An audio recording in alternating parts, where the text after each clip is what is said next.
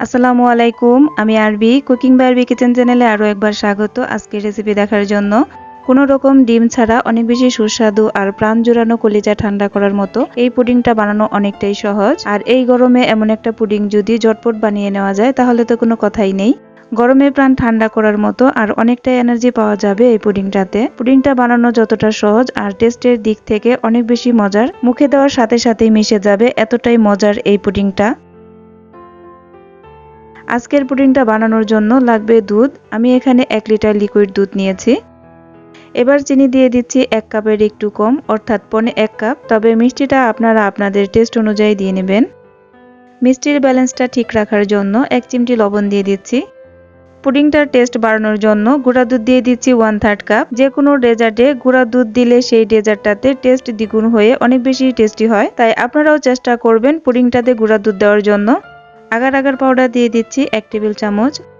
Agar agar powder যে কোনো তরল পদার্থকে খুব দ্রুত জমতে সাহায্য করে, আর এই আগার আগার পাউডারটা যে কোনো সুপার শপে খুব সহজেই পেয়ে যাবেন।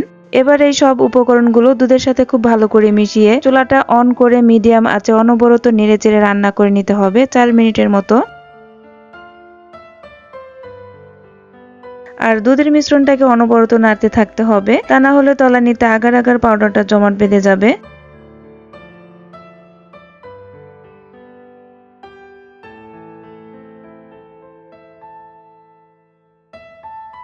দুধের মধ্যে যেহেতু আমরা গুঁড়া দুধ ইউজ করেছি, সেক্ষেত্রে অতিরিক্ত জাল করার কোনো প্রয়োজন নেই। জাস্ট কয়েকটা বলক আসার পর দুধটা এমনিতেই কিছুটা ঘন হয়ে যাবে।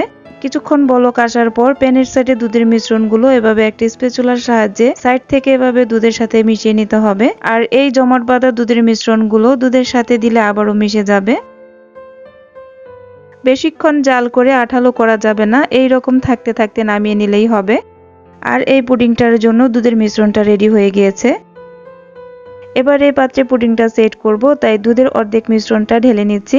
আজকে আমি পুডিংটা 2 লেয়ারে তৈরি করব, তাই অর্ধেকটা দুধের মিশ্রণ নিয়েছি। এই অবস্থায় ফ্যানের নিচে 10 মিনিটের মতো রেখে দিলেই পুডিংটা খুব ভালো মতো সেট হয়ে যাবে। দুধের মিশ্রণটা ডালার পর মিশ্রণের উপর বাবলসগুলো চাইলে একটা চামচের সাহায্যে এভাবে ভেঙে নিতে পারেন, আর না দিলেও চলবে, যেহেতু আমরা উপর আরও একটা লেয়ার দিব। এবার অবশিষ্ট যে দুধের মিশ্রণটা ছিল তার মধ্যে 2 ফোঁটা রেড ফুড কালার দিয়ে ভালো করে মিশিয়ে নিচ্ছি। আপনারা চাইলে রেড ফুড কালার পরিবর্তে যে কোনো ফুড কালার ইউজ করতে পারবেন। আবারও চুলাটা জ্বালিয়ে একটা বলক তুলে নিলেই হবে। যেহেতু দুধের মধ্যে আগে থেকে আগার আগার পাউডার আর চিনি দিয়ে রান্না করা ছিল, নতুন করে কোনো কিছু দেওয়ার কোনো প্রয়োজন নেই, জাস্ট একটা বলক তুলে নিলেই হয়ে যাবে। চুলার আঁচটা মিডিয়ামে রেখে জাল করতে হবে। চুলার আঁচটা কম রেখে জাল করলে পুডিং এর যে মিশ্রণটা আছে সেটা সেই পাত্রেই জমে যাবে, তাই জালটা একটু বাড়িয়ে বারবার নাড়তে থাকতে হবে। এদিকে ফ্যানের নিচে 10 মিনিট রাখার পর পুডিংটা ভালো মতো সেট হয়ে গিয়েছে।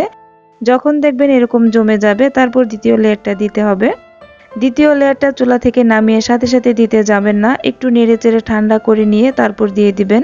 যদি আবারও বেশি লেয়ার করতে চান তাহলে লেয়ার দেওয়ার পর হাঁড়িতে অবশিষ্ট যে দুধের মিশ্রণটুকু থাকবে সেটা চুলায় বসিয়ে দমে রেখে দিবেন। সেটাকে ঠান্ডা হতে দিবেন না, ঠান্ডা হয়ে গেলে সেটা হাঁড়িতেই জমে যাবে। যদি সম্ভব হয় গরম পানির উপরে হাঁড়িটা বসিয়ে রাখবেন আর কিছুক্ষণ পর পর নেড়ে চেড়ে দিবেন, তাহলে দেখবেন পুডিং এর মিশ্রণটা আর জমে যাবে না। দ্বিতীয় লেয়ারটা দেওয়ার পর আবারও 10 মিনিটের মতো ফ্যানের নিচে রেখে দিব ঠান্ডা হওয়ার জন্য। ফ্যানের নিচে পুডিংটা 10 মিনিট রাখার পর খুব ভালো মতো সেট হয়ে গিয়েছে। এবার একটা র্যাপিং পেপার দিয়ে র্যাপ করে ফ্রিজে নরমাল চেম্বার রেখে দিব 4 থেকে 5 ঘন্টার জন্য। তবে সারা রাতের জন্য রেখে দিলে বেশি ভালো হয়। যে কোনো ডেজার্ট ঠান্ডা ঠান্ডা খেলে বেশি ভালো লাগে, তাই চেষ্টা করবেন পুরোপুরিভাবে ঠান্ডা করে পরিবেশন করার জন্য। এবার পুডিংটা পুরোপুরি ঠান্ডা হওয়ার জন্য রেখে দিচ্ছি। 4 থেকে 5 ঘন্টা পর পুডিংটা খুব সুন্দরভাবে সেট হয়ে গিয়েছে। এবার পুডিংটার উপরে কিছুটা কাঠবাদাম কুচি আর পেস্তা বাদাম কুচি দিয়ে একটু সাজিয়ে নিচ্ছি। এটা একদমই অপশনাল, না দিলেও চলবে, তবে বাদাম কুচিটা দিলে অনেক বেশি খেতে ভালো লাগে। আপনারাও চেষ্টা করবেন কিছুটা বাদাম কুচি দিয়ে তারপর পরিবেশন করার জন্য, দেখবেন খেতে খুব ভালো লাগবে।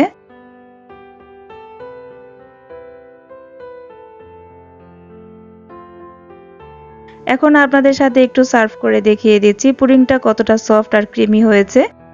দেখেই নিশ্চয়ই বুঝতে পারছেন পুডিংটা কতটা সফট আর ক্রিমি হয়েছে। মুখে দেওয়ার সাথে সাথেই মিশে যাবে, এতটাই মজার এই পুডিংটা। আর খেতেও কিন্তু ভীষণ মজার হয়েছিল। আপনারা চাইলে এই ঈদে বাসায় ট্রাই করতে পারেন। যদি বাসায় ট্রাই করেন চাইলে আপনারা আমাকে কমেন্ট করে জানাতে পারেন কেমন হয়েছে। আশা করছি আজকের রেসিপিটা আপনাদের কাছে ভালো লেগেছে। যদি ভালো লাগে প্লিজ লাইক শেয়ার কমেন্ট করে চ্যানেলটা সাবস্ক্রাইব করে অল বাটনে ক্লিক করে রাখবেন। এতে করে আমি যখন নতুন কোনো ভিডিও আপলোড দিব সাথে সাথে নোটিফিকেশন সবার আগে আপনার কাছে পৌঁছে যাবে আর আপনি আপনার সময় সুযোগ বুঝে দেখে নিতে পারবেন। আজকের মতো বিদায় নিচ্ছি। সবাই খুব বেশি ভালো থাকবেন। আসসালামু আলাইকুম।